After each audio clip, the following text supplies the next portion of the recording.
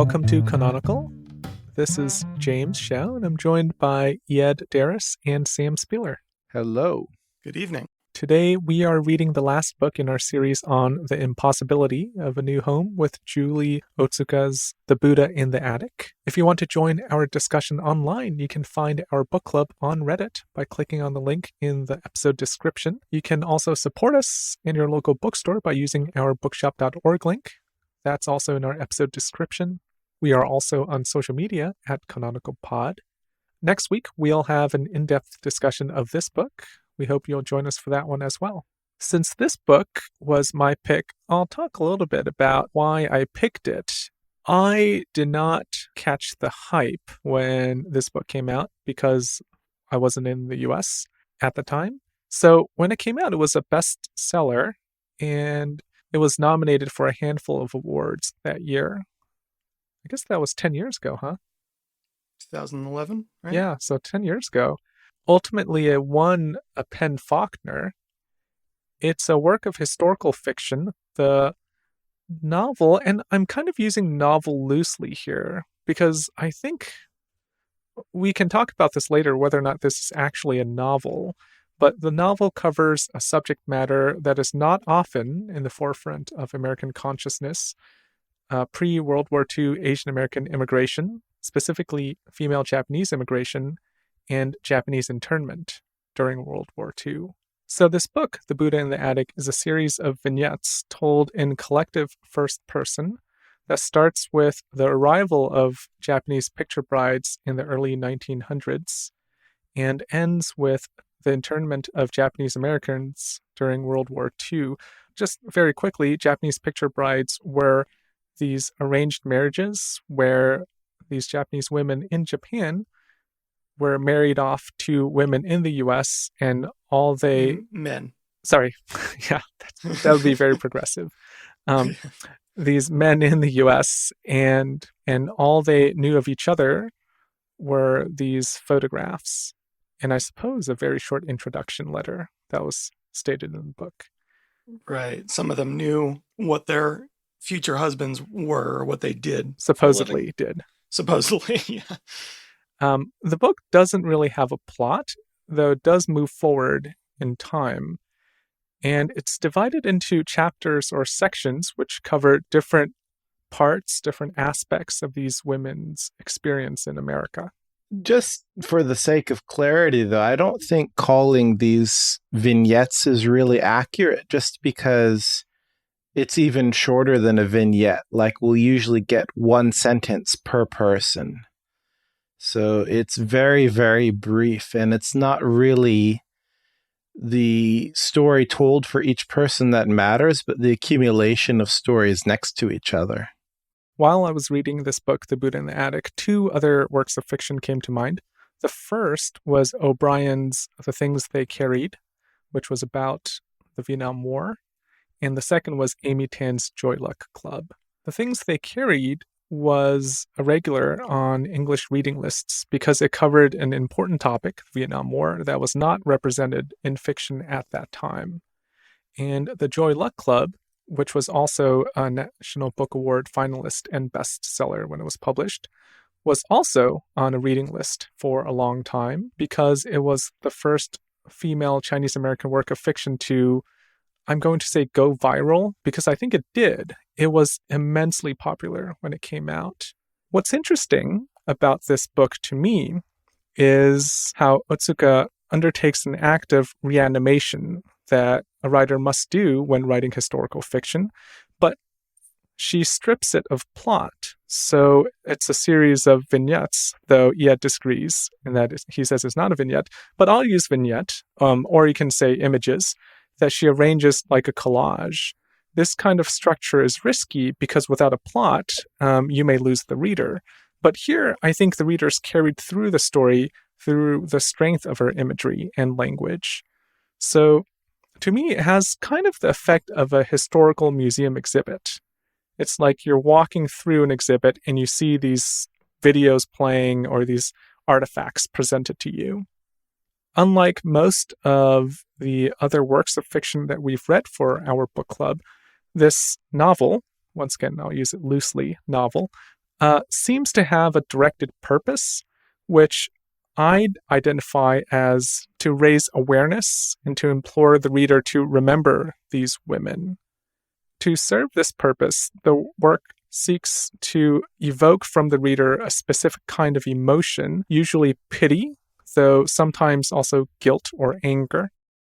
And this kind of novel, the most famous one that comes to my mind is Uncle Tom's Cabin, isn't really popular nowadays because we've kind of drawn firmer boundaries between fiction and nonfiction and other forms of media.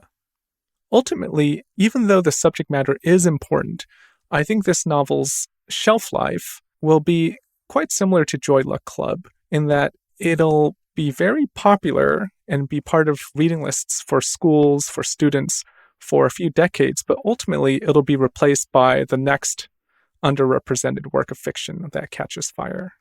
Yeah, it's interesting that you bring up the things they carried. I thought about that too. This also reminded me of that. It does take a whole bunch of different characters and these images of what these people carry on their body, on their person, what their purpose in the unit is, things like that. And by getting into those really nitty-gritty details, it kind of zooms in on the very realness of the Vietnam War. But I feel like that was something that Otsuka did go for and did achieve often here. At the same time, there were several areas where I felt like the opposite had happened, partly because of that first person plural, that by getting this collective, we're actually even more distanced. It makes it feel even more alien in some ways. It also creates this sense of they. If there's a we, then there's also a they. And I think that also serves to distance the reader from the characters or the action. I have to say that my take is completely different here from James. Like, James is talking about this being a successful work because it's like a museum exhibit. And like, to me, that is not what I want from fiction. There is an academic and didactic nature to the museum experience that I don't want from fiction. And I really felt like that didn't work at all. Like, it shows you something in a very directed way. It is, as you say, directed towards one specific emotion, but I thought that that was to the work's detriment. It's kind of saying, here is an experience that is very clearly a sad experience, and I want you to sit with that sad experience and feel that sadness. It was never an interesting human experience where I wasn't sure how I felt and I had to work through my feelings. It was always like, this is clearly sad. This is where I should feel sad. Yeah, I felt very similarly to you, Yad. I was really conflicted because I feel like this is really important in the same way that a museum about such things would be important. But there were very few moments in the book, even if I appreciated the writing, even if I appreciated what it was telling me and the images that were being conveyed and what felt like truth. This is historical fiction, but there isn't anything here that feels fictive. It really does feel like these were just things lifted from a museum exhibit. But at the same time, there weren't really many moments where I felt like I was enjoying it. And I know this is not one of those books that you are necessarily supposed to enjoy. It did feel a lot like a lecture. That said, I don't think that the novel or Otsuka's prose is unsympathetic. Like, I do think that, you know, she has, as James said, she has a way with images and she has a way with cadence. Like, she has a very specific rhythm to her prose that works very well in drawing out these emotions. For me, my problem is that it was very one note. It was very simple just to say, well, this is a sad thing, and I'm going to show you a sad thing. And while it was truly sad, I don't know if that's enough for me to want to sit inside of this novel as a work of art. For me, I think the importance of the historical event is not enough for a novel. I would be much rather hearing about this experience in a Ken Burns style documentary. Like, I watched his Vietnam War documentary last year, and that was important in a very similar way, but it was a much more profound experience because rather than an artist kind of piggybacking on the sadness of reality, you let reality speak for itself. I agree with both of you in that I think the book does not demand much, if anything, from the reader. It demands from the reader one thing, which is understanding, but it's not a difficult subject matter to understand because the facts are presented to us and we don't really need to wrestle with any real ideas in the book. I think that for all three of us, we would like to have more ideas. We would like a book to demand more from us as readers. At this point, I want to bring up a review that I read. It does talk about a lot of the things we're discussing right now. Out of curiosity, I looked up what various reviews were out there because I assumed that they were going to be mostly positive, and they were. They're overwhelmingly positive. And there's good reason for that. Like everything that we've talked about, especially what you have said, James, there is wonderful language in here. The imagery is fantastic, but there are still issues.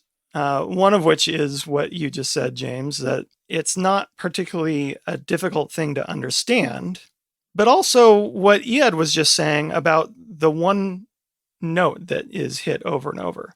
So there's this one review I read by Ron Charles in the Washington Post, where he talks about all the positives, but he also says that, here's a quote, "Our over-anticipation of that finale taxes its impact." And at this point, he's talking, I believe, specifically about something that happens with children. There's a section that's devoted to children.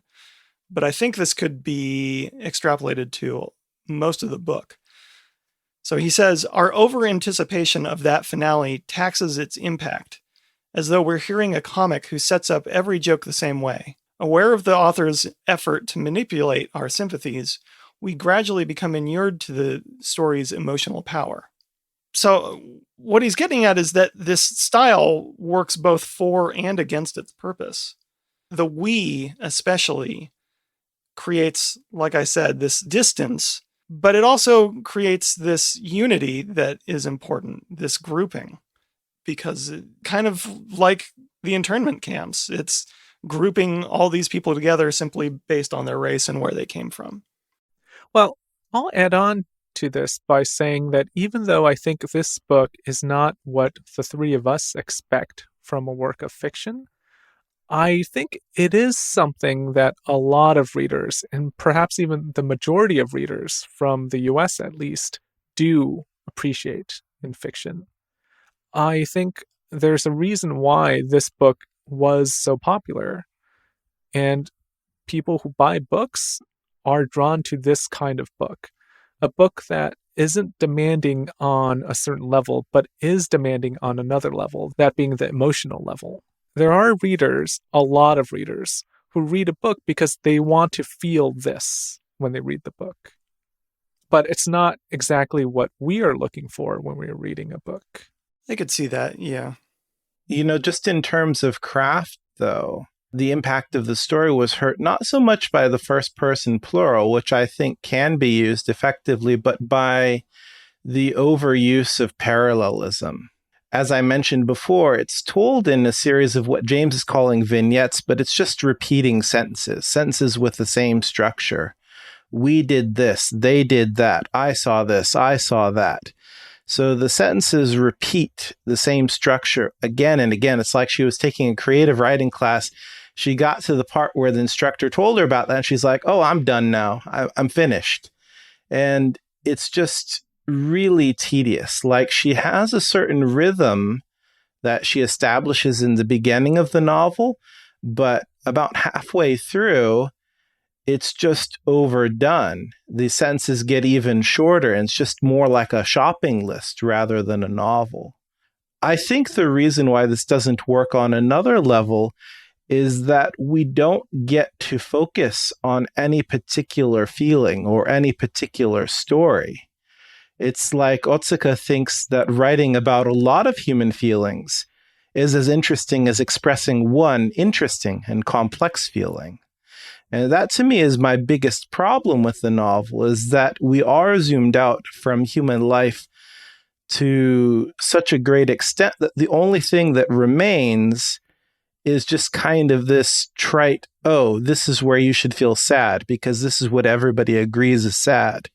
We don't get inside any of these characters and inside their lives deep enough to really understand their feelings in a human way.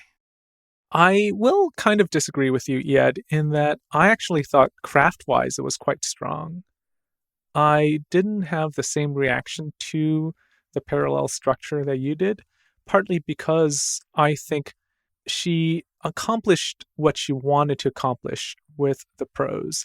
It's kind of like the Limeworks, where in the Limeworks, the writer, Bernhard, is trying to accomplish something with his prose. And because of it, it's affected. It's the same in this, like, it's affected and it stands out, and you might not like it, but she accomplishes what I think she's trying to accomplish. This group testimony, and she's creating this collage of voices. That is the purpose of the book. It's testimony, it's emotional evocation. Like, that is the goal of the book. The problem is I think it's not an intellectual goal. And for us, this kind of book seems less interesting. But like I said before, there are people who are interested in this goal, and they read a book for this purpose. And so for those people who want these emotions, pulled out, it's effective. I think on craft, I agree with James that I think she does get exactly what she sets out to get from it. It works in how she means it to work. It still felt like it could have been better for all the reasons we've already talked about. I don't think it's artless. Well, I mean, if you say it's something that a creative writing student knocked out right after reaching a certain week in class, I think that's diminishing it, because it's definitely much better than like something an average creative writing student would knock out. Craft, in my mind, is how a writer uses various elements of fiction to accomplish her narrative goal. And I think what we are quibbling here is with her narrative goal. Like, we're quibbling with how uncomplicated it is, whether this should be a goal of fiction. But I think if you accept that this is her goal, I think she accomplishes it. It's not perfect, but it's much better than like your run-of-the-mill writer. My quibble is, it's not that it's not achieving her goals, because I don't know what her goals are, but if her goal was to write an emotionally affecting novel, she is successful sometimes, but then there are times when her craft gets in the way because of the tedium of reading so many parallel structures. It takes me out of the emotion, and it just makes me roll my eyes when it is repeated so directly and so frequently. It takes me out of the emotion. So if her goal is for me to experience an emotion as a reader, then she's not succeeding. I think that the Ron Charles review that Sam mentioned earlier is very effective, because it points to how this craft issue, it lessens the emotional impact. The emotional impact that we could have had from the ending is weakened because we see it. We see the wind-up. Because every move is telegraphed in the same way, it's never a surprise. It's always anticipated, and it's always redundant. So there's a question that Iad posed many months ago. Every time it's been brought up, it always bothers me, and yet I couldn't help but think about it here. So I'm referring back to when we read A Confederacy of Dunces, and Iad asked if this was the right medium for this story, that maybe it would have been better as a stage production or something like that. I don't really like that argument, and yet I kept thinking about it with this, that, like James said, it felt like a museum. It felt like I was walking through some exhibit, and it had the same kind of impact that would have. I mean, Sam, you don't even need to go back that far. I said the same thing just a few minutes ago. I said that this story would be better done if you give Ken Burns a camera and a room full of these Japanese women. Like, it would be much more interesting and much more emotionally resonant to let these people talk about this for themselves. I don't really need Otsuka to piggyback on it. She does have some virtues when it comes to craft, but I feel like the emotional impact would be even stronger if I let these people speak for themselves and hear them say it themselves.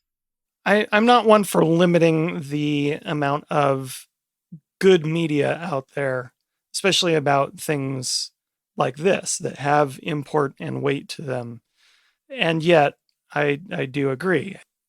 I don't think this shouldn't exist. I think this is effective, and I think it's, well, we'll talk about recommendation later. But at the same time, yeah, a Ken Burns style documentary probably would be more effective. So, Iad, the literary editor of the Chicago Tribune, Elizabeth Taylor, says that this book is sure to haunt even the most cold-hearted among us. Well, I guess they don't have hearts as cold as mine in Chicago yet, because it is emotional, but at the same time, you can see where she's pulling the strings, and you can see where she's pulling the same string again and again and again. And that, to me, it freezes my heart. It's frozen solid at this point. So even you, the most cold-hearted among us, is not haunted by this book. Well, it's the problem is that he's been haunted too much at this point. The parallel structure haunts him so deeply. You. It haunts him so deeply that he can't be haunted anymore. It's frozen solid because it's just overly haunted.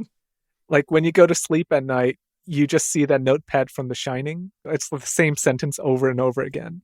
That's how you're haunted by this book. What Otsuka has written is like 150% of a good novella. Like, this is already a very short work, and if it were even shorter, it would be even better. She has skill. I don't want to deny her skill, but she's overplayed her hand. If she trimmed the fat, it would have been much more emotionally resonant. The problem, though, is I don't feel like there's a whole lot of fat here, but I know what you mean.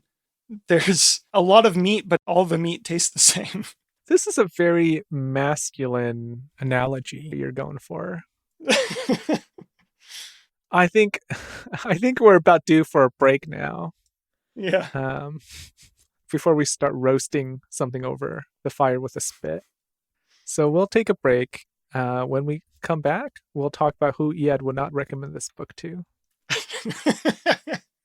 We'll be right back.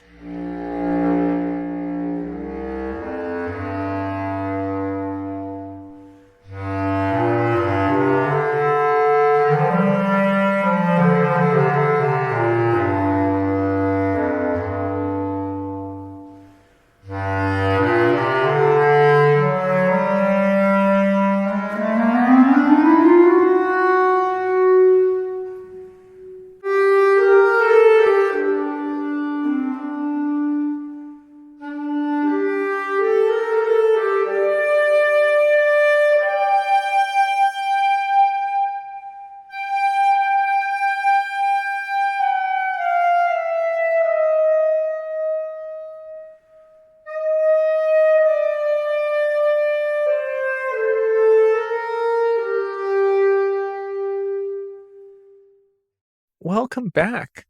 So, who are you giving this book to then?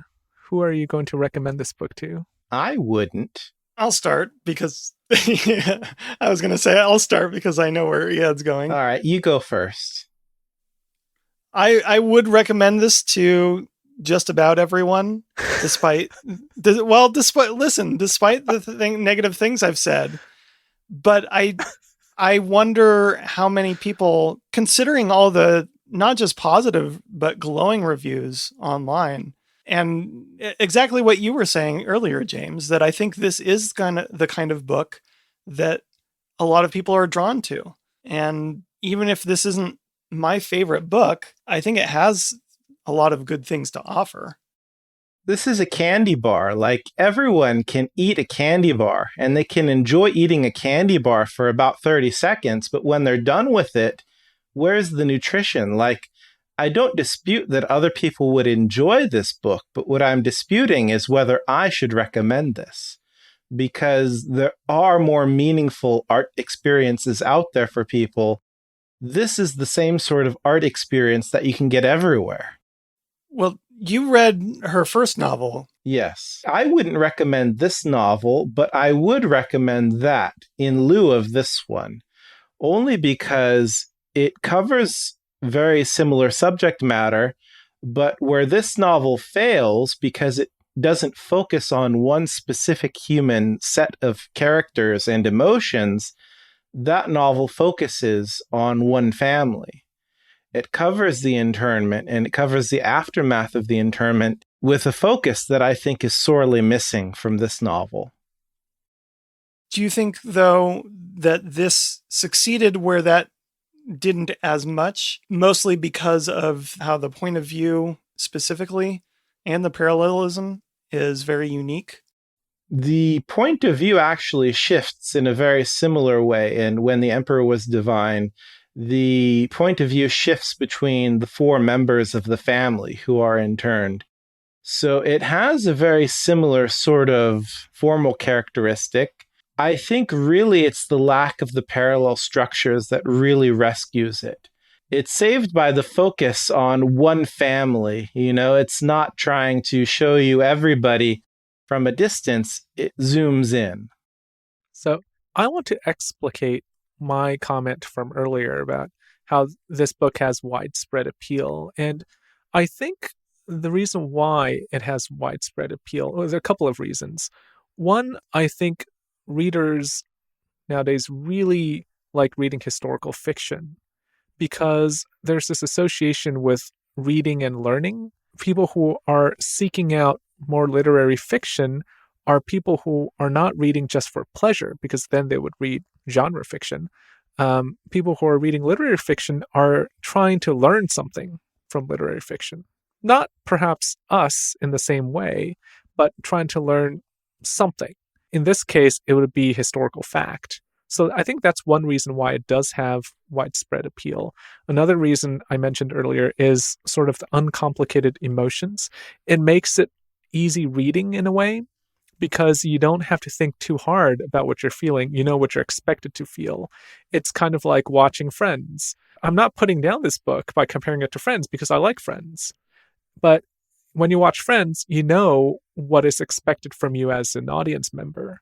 And I think when you're reading this book, it's the same way. The third reason why I think this book has widespread appeal is this kind of experimentation with point of view is unique enough so that the reader who is not reading a lot of experimental works might get drawn to it and think, oh, this is interesting and new. This is something I've not encountered before.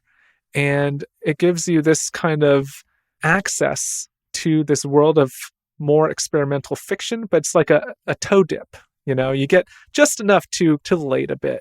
And I don't mean to come off as a snob, because I may be coming off as a snob, but I think like that's the appeal. Like, you don't want to go full point of view experimentation, because then it gets really weird and maybe you won't enjoy it. But here you get enough so that you're like, okay, this is different. I think these reasons are why it does have widespread appeal. So in terms of not thinking about myself, but like in terms of other people, I think a lot of people would enjoy this book. So if random friend number 5 comes up to me and says, hey, is there a book that you think I'd like? I wouldn't hesitate to recommend this book, even though I thought it was only okay. It's not the best book I've read, but the best book I've read might not be appealing to that person, whereas I think this book would be appealing to most people. Well, here's where I don't mind coming off like a snob, because I am a snob. But you're talking about how people enjoy reading this novel because they want to learn something from it. They think that by reading literary historical fiction, they're going to learn something about the past. And I think that that's true, that they do feel this way, but this is actually something that I talked about in our previous episode about Sebald's Austerlitz. The idea that most people have when they think about learning from art is pretty shallow. It's not showing you what happened, and it's not showing you what we could do or what we should do.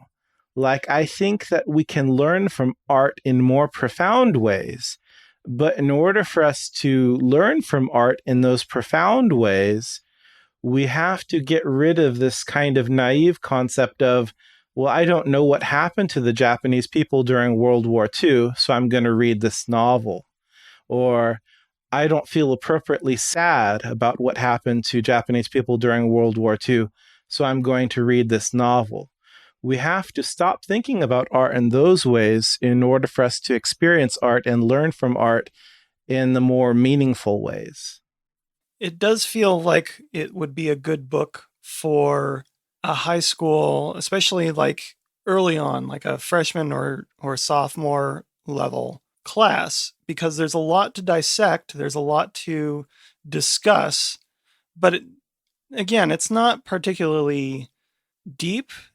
It's mostly surface level things. It's the kind of learning that Ied is talking about, mixed with some interesting craft things that would be good for students to dissect.